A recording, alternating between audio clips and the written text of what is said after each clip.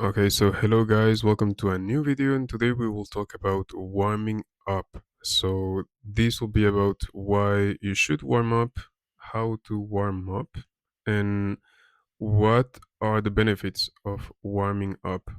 So first of all, warming up is, to a very fundamental level, the act of sending some blood flow to your joints before the main exercises, or because you want to improve your recovery.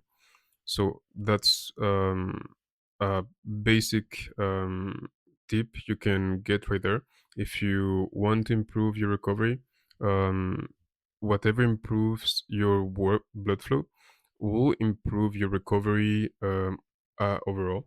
So in our case, the warm up that I'll be talking about is the warm up you should be doing before exercising. So it's what you do to prepare, for example, your shoulders to do muscle ups, planches, front levers, that kind of exercises that usually put a lot of stress on your joints and your muscles.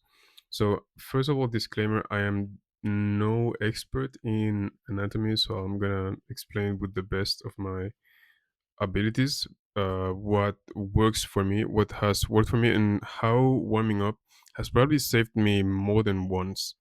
So, my warm up routine before working out is basically 3 to 5 minutes of cardio. So you want to do some cardio before working out, not too much because you don't want to spend all your energy doing cardio, but you want to do enough to increase your blood pressure overall and essentially make it easier to send blood to your joints when you start doing your warm up. So the first step for me is usually 3 to 5 minutes of warm up. That already can prepare you for most movements because you have blood running throughout your entire body at high pressure. I mean, at a higher pressure than usual. And then you have the active warm up, which basically is doing the movements that will kind of mimic the main exercises that you'll be doing, or simply moving the joints that you'll be um, moving throughout the exercise that you will be doing. So, for example, if I know I will be putting my shoulders into a lot of strength, I'm gonna stick to the shoulders for now.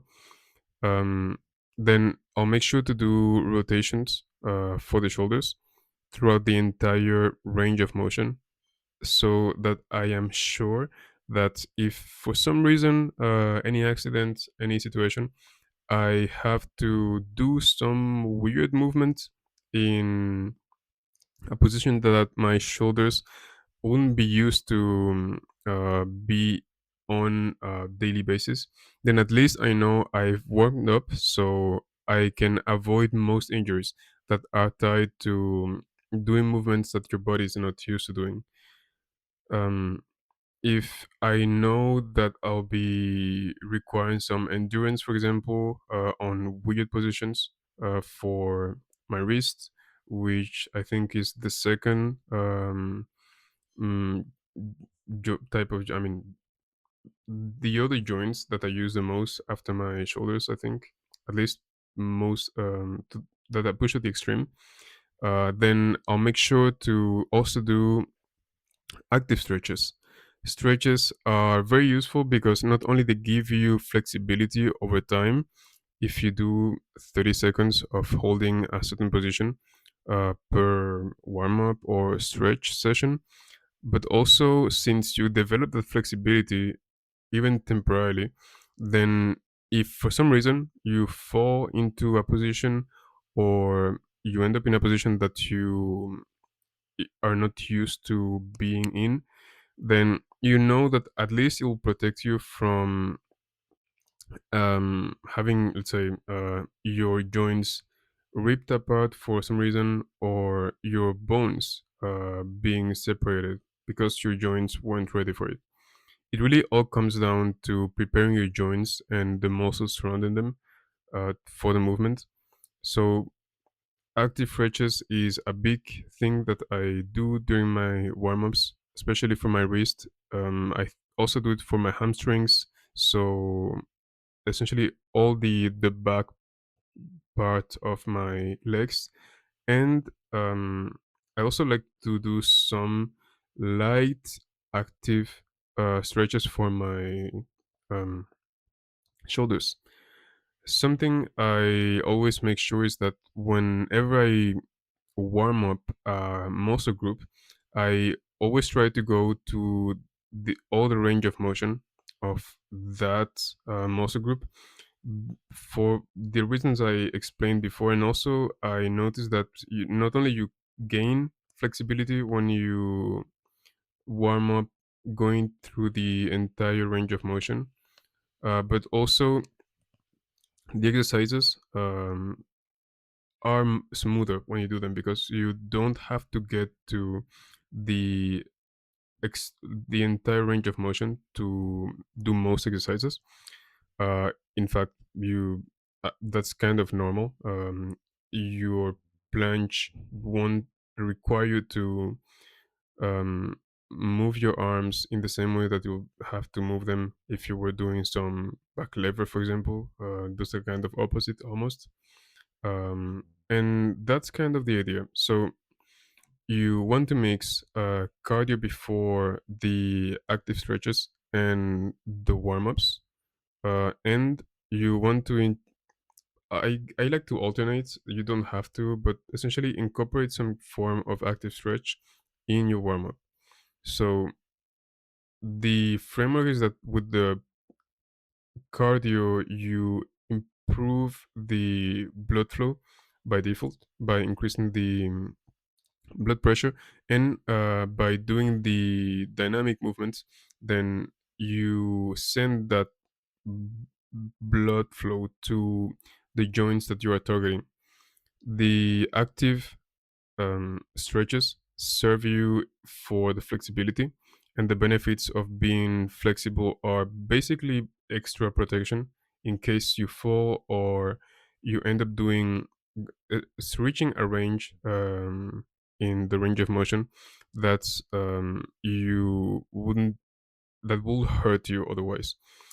It really all comes down to avoiding the avoidable injuries, because the goal of at least this channel and this discipline overall is to be able to perform as well as possible on each workout, and it really requires to have some layer of protection. You can protect the external with some fabric, but the internals are only protected by you being flexible and having strong muscles. That's why you need dynamic movements, because it will warm up not only your joints but also the muscles surrounding your joints. And you want to improve the blood flow because that will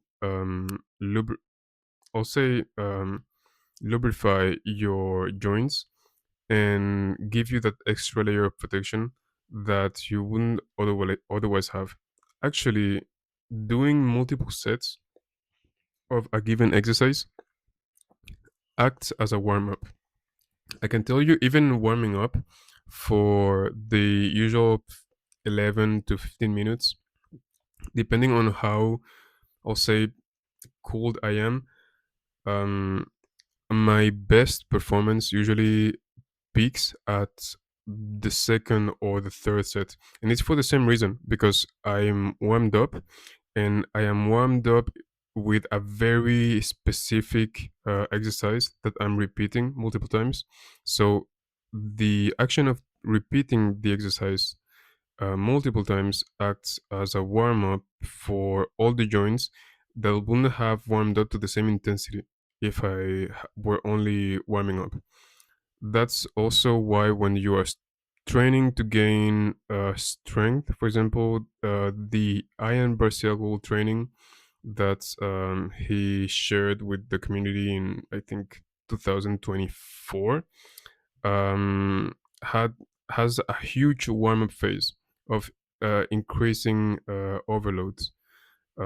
So same concept. You increase the intensity of the exercises, doing the same movements, and that way, when you do the main movement, and you know you can perform at the maximum of your abilities and what you basically can output your best um, strength and movement. Warming up is important also for your balance, because it allows you to feel better the joints that will be put at work, and not just the joints but the entire limbs and muscles that you'll be requiring for a given movement. So if you are going to be doing, for example, handstands for some time, then warming up your abs and your wrist can allow you to get a sense of your abs. So feel your abs, and essentially, once you feel them, it's way easier to consciously contract them when necessary. It can also enable you, and that's why, for example, some of the passive warm up I do on my sessions is also hollow body position hold. So I first do dead box because that improves the coordination and kind of wakes up the abs. But then I try to hold the hollow body position because then it makes me feel the abs. So I hold it just enough to not be tired during my handstands, but also be able to hold them and contract them in the right way.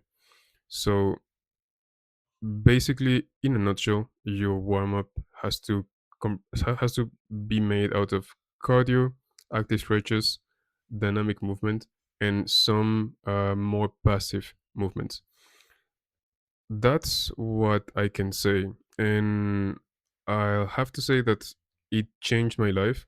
I at some point when I was a beginner in calisthenics, and when I was basically starting out 3 years ago, I tried to do some handstands. I didn't warm up, and I can tell you that if you warm up, you can really avoid most injuries that don't involve you breaking your bones or something more violent.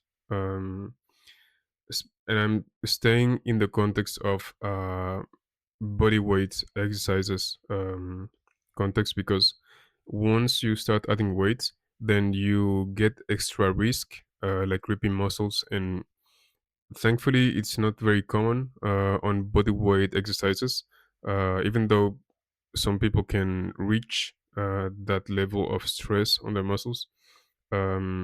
Warm-ups are a protection, but the other type of protection that I'll always insist about is sleep. You need to have your recovery on point, and at least warm-ups can be a tool to improve your sleep. It really requires some conscious effort to set up the right environment for sleep. So there's a ton of information out there, but you basically want a quiet, dark room, and ideally, it has to temperature has to be fresh enough for you to fall asleep, and ideally, temperature has to drop a little bit while you sleep, so you can reach deep sleep, if I'm not mistaken. And the idea is that you can improve the recovery of your muscles by doing also stretches before going to sleep. So active and passive stretches work. I personally don't do them. I'll have to try honestly and tell you the results after a few weeks. I I'm trying to structure my sleep in such a way that I always sleep the same amount of time each night. So in my case, it's around 7 to 8 hours per night, depending on how early I manage to go to bed.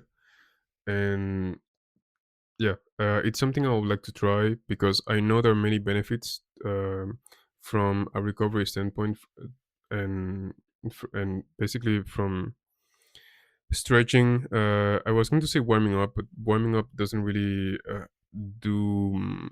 I mean, it doesn't have much purpose before going to bed unless you do stuff. I don't know. But yeah, stretching is definitely something you can do to improve your sleep. But for the perfect workouts, you need to have recovered properly before. You need to warm up.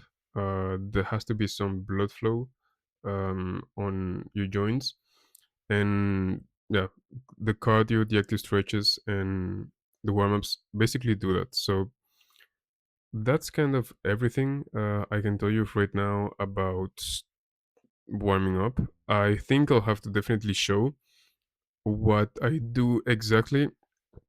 Sorry, because I tend to change and update my warm ups depending on which exercises I'm working on. Uh, but I definitely work on the entire range of motion of my shoulders, wrists, and I am really trying to gain flexibility on my legs and wrist.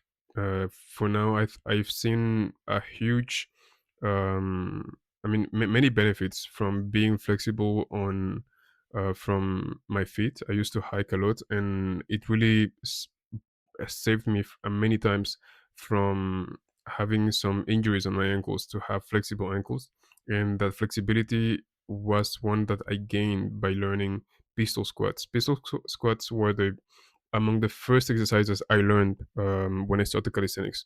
So the first exercises I started with were pistol squats and pull-ups,